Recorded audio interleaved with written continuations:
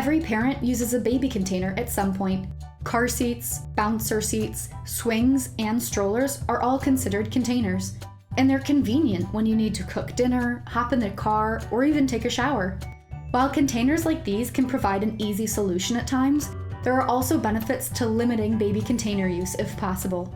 That's not to say you should never use them, but when there are opportunities for baby to leave a container, consider taking them. So why should you limit baby's time in a container? They can actually restrict baby's movements and place pressure on their head. The walls of these containers are designed to surround and cradle baby for safety. This can restrict baby's movement and limit their ability to explore their surroundings, which may in turn limit their use of motor and sensory skills. Additionally, these containers tend to stabilize baby's head at midline.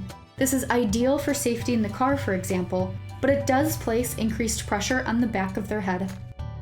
If baby spends too much time in containers and not enough time on the floor, they may develop conditions such as positional torticollis and positional plagiocephaly.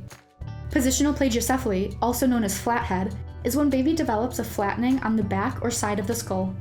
Baby's skull is soft at birth and can take 9 to 18 months to fully form and harden. This means that consistent use of a container can cause flattening of the skull. If left untreated, baby's vision and head may be affected. Limiting the amount of time in containers reduces the chance of flathead as well as the need for baby to be fitted with a cranial helmet.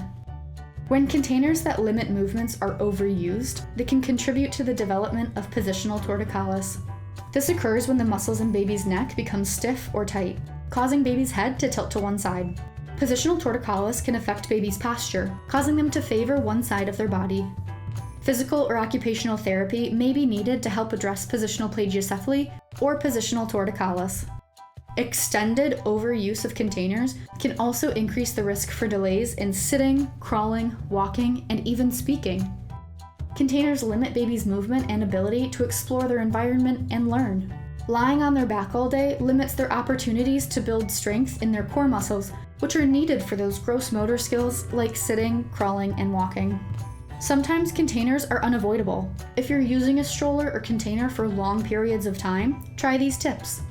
Make sure baby's head is always in the center of the carrier and their neck is straight. Readjusting baby's head and neck helps reduce the tilt that causes positional torticollis. Pack a blanket in your stroller.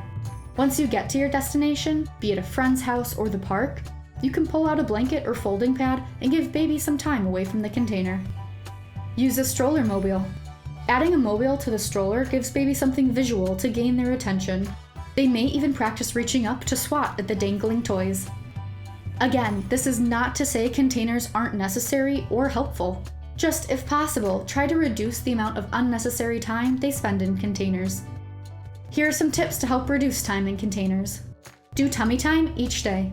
Tummy time allows baby to build their core, something they're not able to do while lying on their back in a container.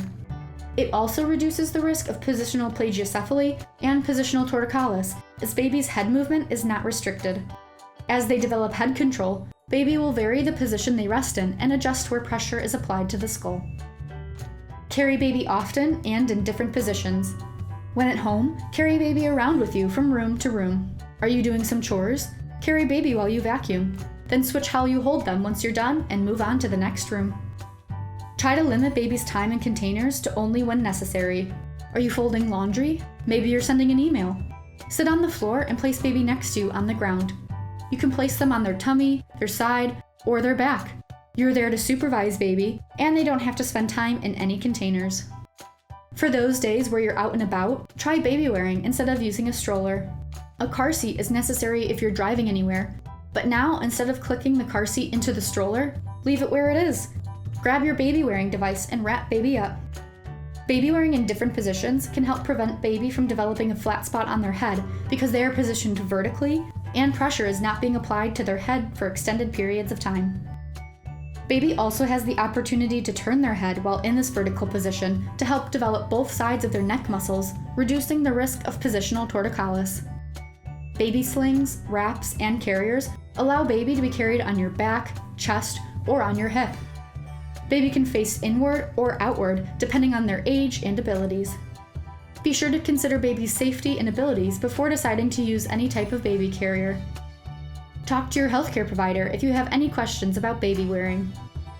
Containers are a great resource to use, but like most things, use them in moderation. Going for a drive, a car seat is a must. Need to take a shower? A bouncer seat can stay in the bathroom with you while you rinse off. Taking a long walk? A stroller can help hold the diaper bag and other items while you easily push baby. These are all fine times to use a container. Just try to limit time baby is in containers other than when necessary. Thanks for watching! Be sure to like and subscribe to our channel and check out our other social media accounts in the description below. It's never too early or too late to get baby on the right pathway.